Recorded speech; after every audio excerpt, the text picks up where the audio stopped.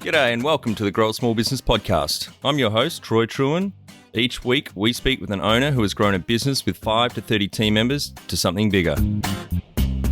Diving into their numbers and unearthing the pain they've experienced, we explore what they did to overcome each barrier and what they would do differently from day one.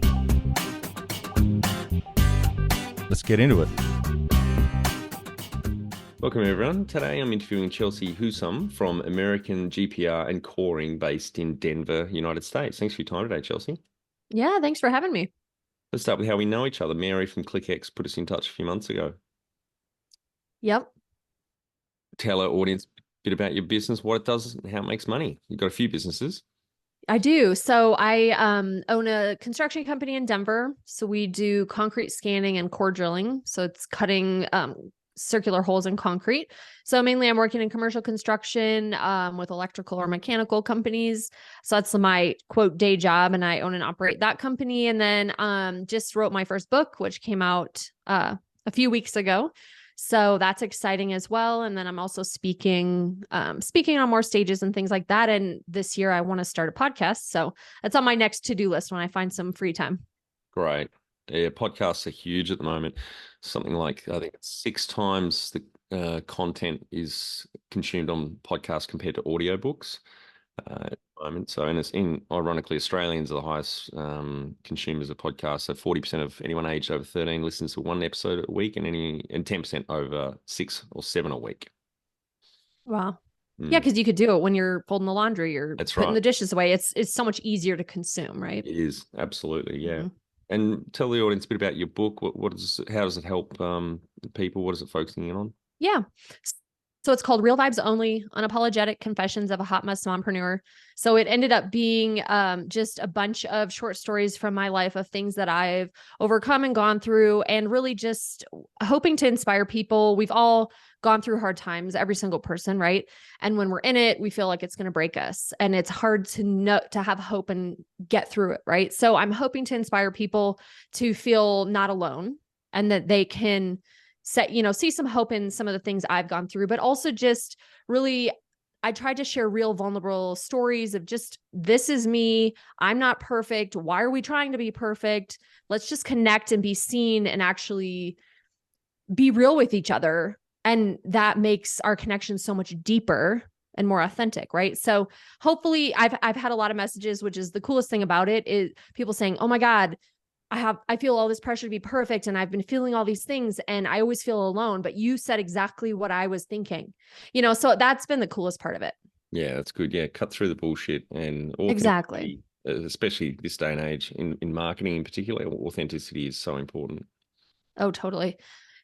Yeah. I can't stand you see all these, especially women on Instagram. It's like they took 1,000 pictures to get this perfect crap, and it's so fake, and it pisses me off. And everybody else, like, then young girls feel that they need to be that skinny and that perfect. And it's like, oh my gosh, that's such shit. It's not true. That's not what you should live up to, but it makes them feel bad. Yeah. It's bad. It's horrible. How did you start out? So I am from a small town in South Dakota. And I ended up moving to Denver to do my internship. So I have a Spanish degree and a broadcast journalism degree. Wanted to go into broadcasting till I found out they made 20 grand a year and work nights and weekends. And I was like, that sounds horrible. And then right 6 months later, the bills start coming for my loan. So I'm like, oh crap, I need a job. So I got a job at like a temp agency I was just a receptionist at just random offices in Denver. And then that connected me to get hired as a receptionist at a trade show and experiential marketing firm. So I worked there 6 years, kind of worked my way up through the company. And then I was just like, I didn't feel like I was doing anything worthwhile with my life. I'm just like, I feel like there's something more out there, but I don't know what. So did some soul searching, ended up quitting that. And I got my master's in education, and I was a high school Spanish teacher for 10 years. And then the last year, one day a kid called me a fucking waste of space. And I was like, oh, great. And I was like, it was September. I remember I looked over and like, oh my God, it's only September. How am I going to get through this school year? Like, I don't want like this at all anymore. So I was desperate to move on. No one like even called me for interviews at all, like at all. And the only job offer I got was a office manager for a different construction company. So I took that really poorly managed company, just a mess. Showed me everything what not to do, really. And then in March of 2020, right when, COVID's, everything's, the world's changing. That's when I started my construction company. So I worked that other job and built my company up until April of 22. And then I worked both, and then I finally stepped into my own. So definitely a twist and turn little story there. Absolutely. And so 24 years ago, how old were you when you started the business? So I'm 40 now. So Yeah. 36. So Yeah. Yep. 36. And do you have some key numbers you can share to illustrate the growth of the business over the last 4 years? Yeah. So like I said, 2020 really was kind of a building blocks, setting, buying equipment, doing all the stuff you got to do, right? I think I did 17 grand that year. So just kind of hit the market at the very end. Next year, I think I did 280,000. Next year I did 480,000. And then last year I did 706,000. So I've over doubled each year. And then this year I should be over $1 million. Fantastic. Great growth. And how many, you obviously started on your own, you would have been part-time. So how many full-time equivalents are you at now? So me, I pretty much do everything. I just hired a part-time lady in the office to kind of help me with invoicing and stuff like that. That keeps me chained to my desk. And then I have 3 full-time technicians in the field. Yep. Great. Yep. And when was the moment you felt like you had succeeded? I think when I'm having clients come to me and saying, "Oh my God, you're an option. Like you're so much better than the other companies. Like we didn't know you existed." And like they're like, "We'll never leave you." That's cool to hear. And then my employees, one of my employees says I'm the best boss he never had, because he's like, "You actually give a shit about us in the field. Like nobody else does. And they work us to death, and they don't care about us, and they don't ask us for our opinion or value us or show that they care in any way." And he's like, "You do." And he's like, "I appreciate that. You don't micromanage us. You let us do our thing." Like they're so much smarter at all this, and they know way more than I do. So I just let them go. And I'm here if they need me. Right. But like, I don't micromanage them. Sometimes I don't talk to them all day, but sometimes I talk to them 5 times, so it's like knowing that clients value who we are as a cult, like our culture and what we're doing. And then my employees feel seen and they enjoy working here. Like that's really cool to me. I feel successful. It must be pretty rare in the building and construction industry. Oh yeah. Yeah. I mean, this is Women in Construction Week, and it's like 10.8% of females are in construction, that's like in all of construction. Then you take owners I don't even know what percent that is, way smaller. But I've gotten to meet women that have been in the industry 30 years. Like I'm a newbie compared to them. They've dealt with a lot more shit than I have, or maybe more discrimination or harder things to overcome, right, to get where they're at. So I'm kind of coming in, and I get to learn from their mistakes. And I have these women that are willing to say, "Hey, do this, don't do this." Or if I have a weird situation come up, I call them and say, "What would you do?" Because I don't know. Because when I was newer, so it's been really cool to have people really embrace me and my company in the industry. What does success look like to you? So success for me, here's what it's not. I'll start with that. It's, we see all these companies that, you hear these stories of successful people, right? And they're making multi-millions of dollars a year in revenue there. But when you look behind the scenes, their health is failing. They're working 80 hours a week. Their family hates them. They're getting divorced. Like their personal life is in shambles because they've worked themselves to death to quote unquote be successful. To me, that is absolutely not what I want. For me, it's having a company that, provides quality, right? And we have good employees and good clients, but really it's like having your life, you build what you want your life to be first, and then you fill in work around it. It's not always ideal, but I definitely don't work 80 hours a week. I don't even work 60. I bust my ass when I'm working. I work really hard. And then I go live my life. And if I have a sick kid at school, I go pick him up, or I'm going to be skiing later this, next week. And that's fine. I'll go ski and then I'll come, work on my laptop in the hotel room. Like you make it work. But for me, success is actually living my life, not being miserable, and enjoying my life while you're building it. Number one thing you'd recommend to marketing a fast growing business? For me, honestly, I don't pay for actual marketing or things like that. It's just meeting people, shaking their hand, and getting to know them. That's my business is word of mouth. And it's me literally either going on a construction site, introducing myself, or going to a networking thing and just talking to people and getting to know them in real life. So that's by far how we've gotten most of our business. And I personally believe relationships are the way to go. How did you fund the business? So that was quite the ordeal. And I have a chapter in my book called "That Time I Almost Sold My Soul to a Bank." Because it was, I think the scariest part is operating capital for a lot of businesses. And for construction, I mean, I bill net 30, but a lot of times I'm paid 60 or 90 days out. It's like pay when paid, which is really difficult to run a business, pay your employees weekly. Right. So I kept thinking that I needed all these, I was trying to get bank loans, numerous banks. And they'd be like, yeah, we'll give you 200 grand. You need to bring 60,000 cash to the table. And then all these other stipulations.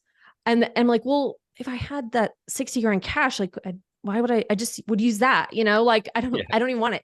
So I kept saying no because they kept demanding more and more and more.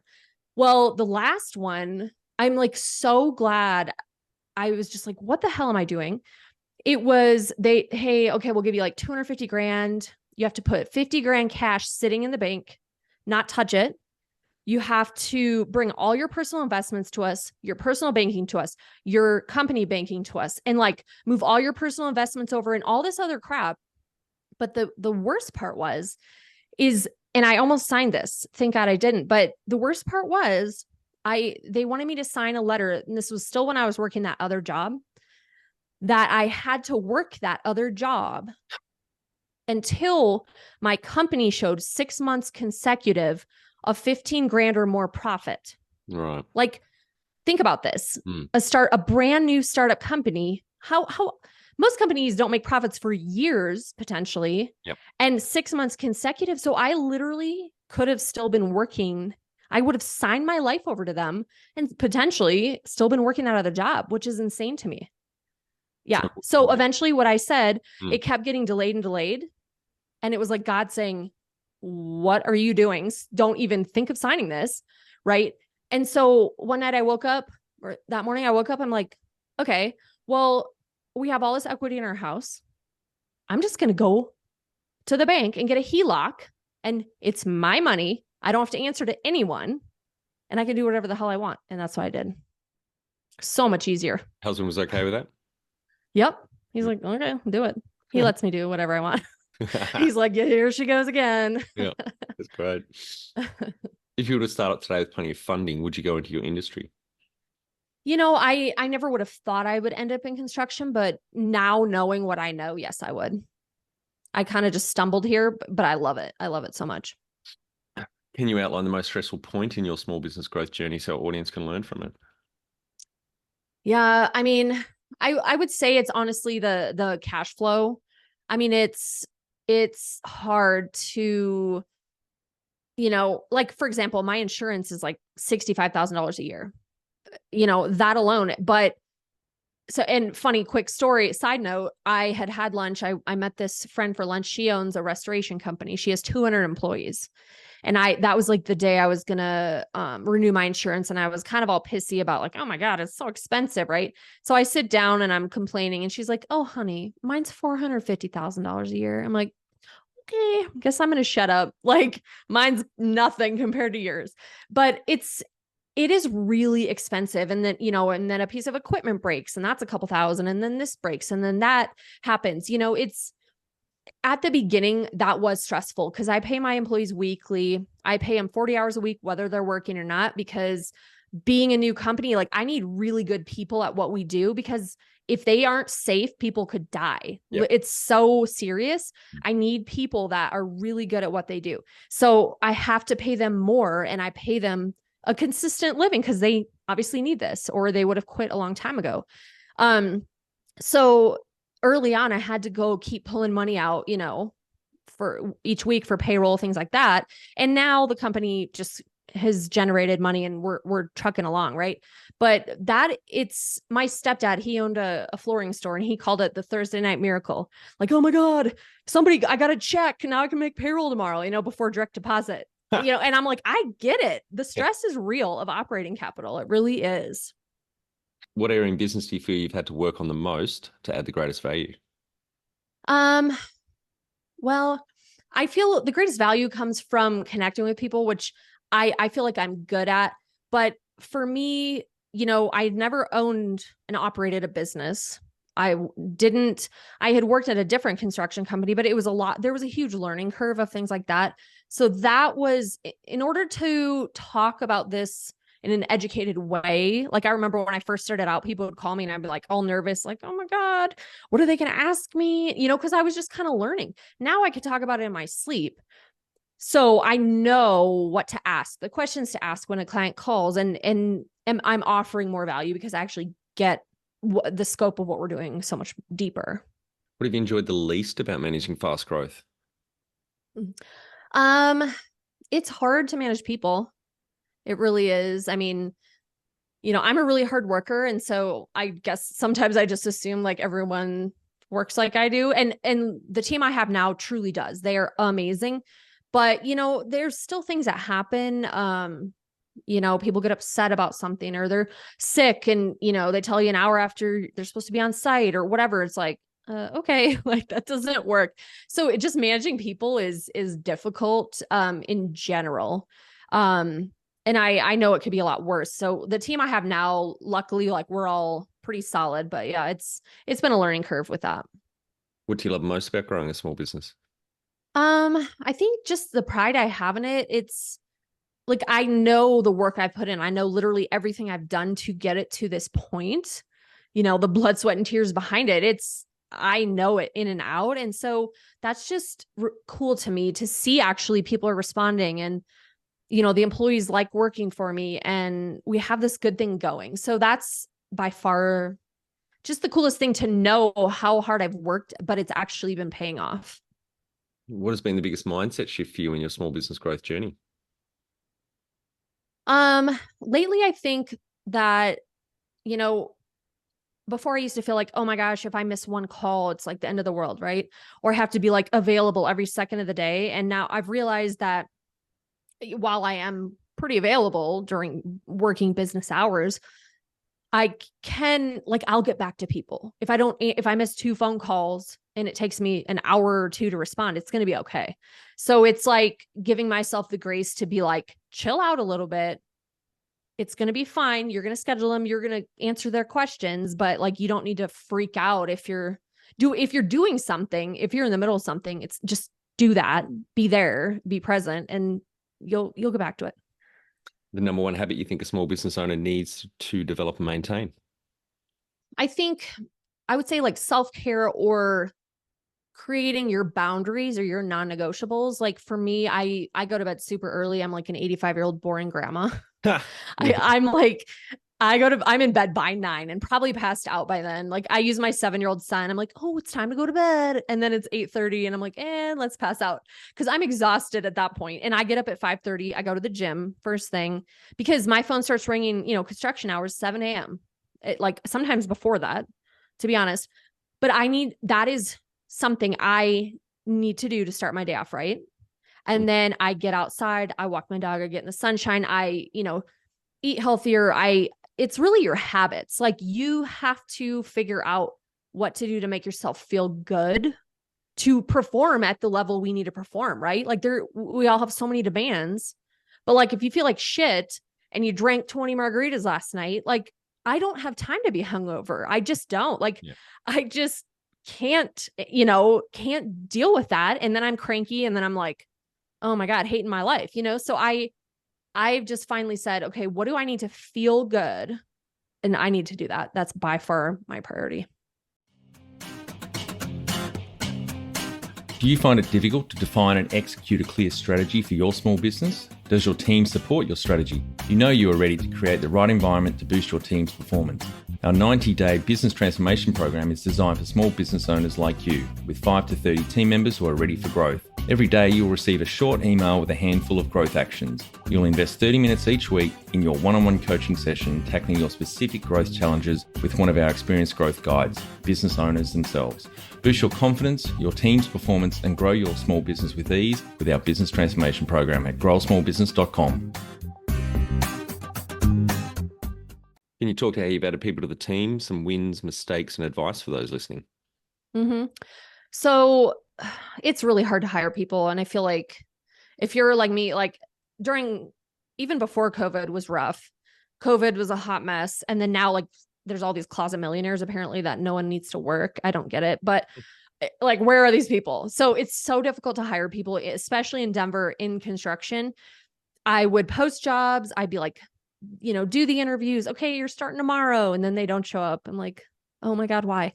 So really what I found in my company for success for hiring is when I know I'm going to need to hire someone, I go to my current employees. I say, hey guys, who do you know? Yep. Who do you know that you guys know the culture, you know our style? Who do you know that's good? Number one, that would fit in well. You want to work with them and you think I'd like them. And honestly, so like when I had to hire, I went to my employee Jorge and I was like, hey, I need to hire somebody. Do you know anyone? He's like, oh yeah, there's this guy. I think he's pretty good, or he's pretty good. And I'm like, well, how do you know that? And he's like, well, I trained him 5 years ago. So yeah, he's good. So I'm like, okay, well, you're amazing. So yeah, I'll take him. And we hired him. They get along. And then the last employee I had, same thing. He had seen our van on a site and came up and talked to my employees. So it's funny. I now have people calling my employees saying, hey, is your boss hiring? Because they hear about it. They see our vans and they're hearing about us, which is cool. So they're like, okay, we got a backlog when we want to hire, just let us know. That's great. Yeah. What are some of the things you recommend to building a sustainable and kick-ass culture to help with the growth? I think just be real, be honest. I tell my employees, like, I'm not perfect at all. I'm not trying to be. If something's not working, the beauty of being so small is I can change it in a minute. Like it does, you know what I mean? I don't have to go through a board of directors or all this stuff, right? Or jump through these hoops. I just change it. So I, really tell them, if you have questions or you have feedback, like tell me. I'm here and I actually care. So that's number one, is like communicating both ways and knowing like I'm not right all the time. Like this is collaborative. I send them like birthday cards in the mail. I send them cash. The other day, my employee texted me. He's like, hey, I see you sent me money. It's not my birthday yet. And I was like, well, it's your 3-year anniversary. Yay. I sent you a card, but it's not there yet. Yep. Just like little stuff. I mean, and they're like, oh, thanks. You know what I mean? And just like to show you give a shit. Yeah, totally. Tell our audience how you've handled balance. Well, it's hard. But I just, like I said earlier, kind of like I know what I need. And so I focus on that. With kids, with family, with different responsibilities, like we're all pulled in a million different ways, and not every day is going to be perfect, but as long as you try and are cognizant of it, like overall, you can find balance. And I feel like, why is there this glorification of working a ton of hours a week and being miserable? Like, I'm an entrepreneur, I'm so miserable. Like, why? I'm an entrepreneur. I love it and I work hard, but I also like my life. And if I want to go to lunch with a friend, then I do it. You know what I mean? So that's, you really have to, it is what you ultimately make it. You can't let other people say, oh, that's what it should be. Yep. How much professional development have you invested in yourself? Oh man, a lot. I am trying to think, probably about 10 years ago, I started professional development. Before then, had heard nothing of it.